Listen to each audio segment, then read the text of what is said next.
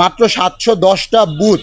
আপনি যদি সত্যিকার অর্থে চিন্তা করেন, সকাল 8টা থেকে বিকাল 4টা পর্যন্ত আসলে যদি স্বতঃস্ফূর্তভাবে আমার 39,000 ভোটারের মধ্যে যদি 32,000 ভোটারও অংশগ্রহণ করে, সেটা আমাদের জন্য অপ্রতুলই থেকে যাবে।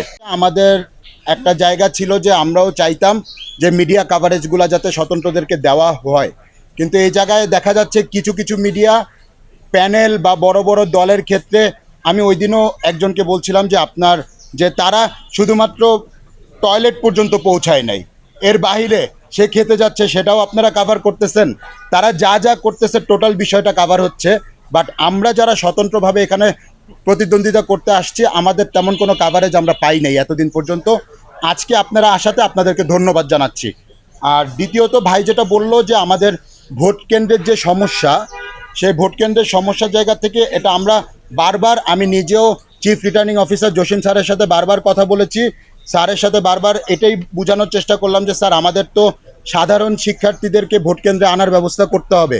তো উনি আমাদেরকে বারবার নিশ্চয়তা দিয়েছে যে আমরা এটা করব, আমরা ভোট কেন্দ্র বাড়াবো। তো প্রথমে কম ছিল, পরবর্তীতে আরও 2টা ভোট কেন্দ্র বাড়ানো হলো, তারপরেও সেটা অপ্রতুল।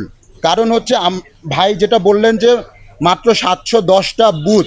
আপনি যদি সত্যিকার অর্থে চিন্তা করেন, সকাল 8টা থেকে বিকাল 4টা পর্যন্ত আসলে যদি স্বতঃস্ফূর্তভাবে আমার 39,000 ভোটারের মধ্যে যদি 32,000 ভোটারও অংশগ্রহণ করে, সেটা আমাদের জন্য অপ্রতুলই থেকে যাবে। তো সেই জায়গা থেকে আমরা মনে করি যে আমাদের ভোটিং কাস্টিং টাইমটা আরও বাড়ানো উচিত। আমরা ইউনিভার্সিটিকে রিকোয়েস্ট করব আপনারা ভোটিং কাস্টিং টাইমটা আরেকটু বাড়ান, সেটা যদি সন্ধ্যা 6টা পর্যন্ত নেওয়া যায়, এতে করে মনে হচ্ছে আমরা সাধারণ শিক্ষার্থীদেরকে আরও বেশি অন্তর্ভুক্ত করতে পারবো।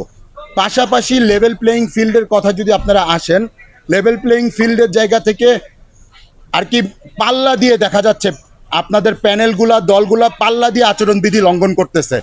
আমরা বিভিন্ন অভিযোগ বারবার দেখতেছি যাচ্ছে, কিন্তু সেটার আলোকে কোনো ধরনের ব্যবস্থা প্রশাসন নিতে পারতেছে না।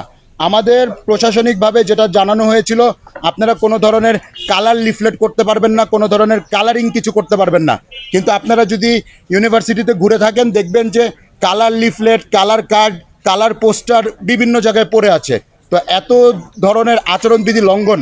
তারপর আমরা দেখতে পাচ্ছি কোনো একটি জোটের যিনি জিএস প্রার্থী, উনি গতকালকে ওনার ইনস্টিটিউটে সমাজ কল্যাণ ইনস্টিটিউটে উনি ক্লাস চলাকালীন অবস্থায় ভোটের প্রচারণা করতে গিয়েছে, যেটা আমরা প্রিন্ট মিডিয়ার মাধ্যমে জেনেছি। তো এই লেভেলের আচরণবিধি যারা লঙ্ঘন করছে তাদের আমরা আশা করি তাদেরকে ইউনিভার্সিটি থেকে ব্যবস্থা নেওয়ার কথা, কিন্তু সেই ধরনের কোনো ব্যবস্থা ইউনিভার্সিটি নিতে ব্যর্থ হচ্ছে। তো সব কিছু মিলে আমরা এখনও প্রত্যাশা করি সর্বোপরি 9 তারিখে একটি সুষ্ঠু এবং সফল ডাকসু ইলেকশন আমরা দেখতে পারবো, যেখানে সবাই অংশগ্রহণ করতে পারবে।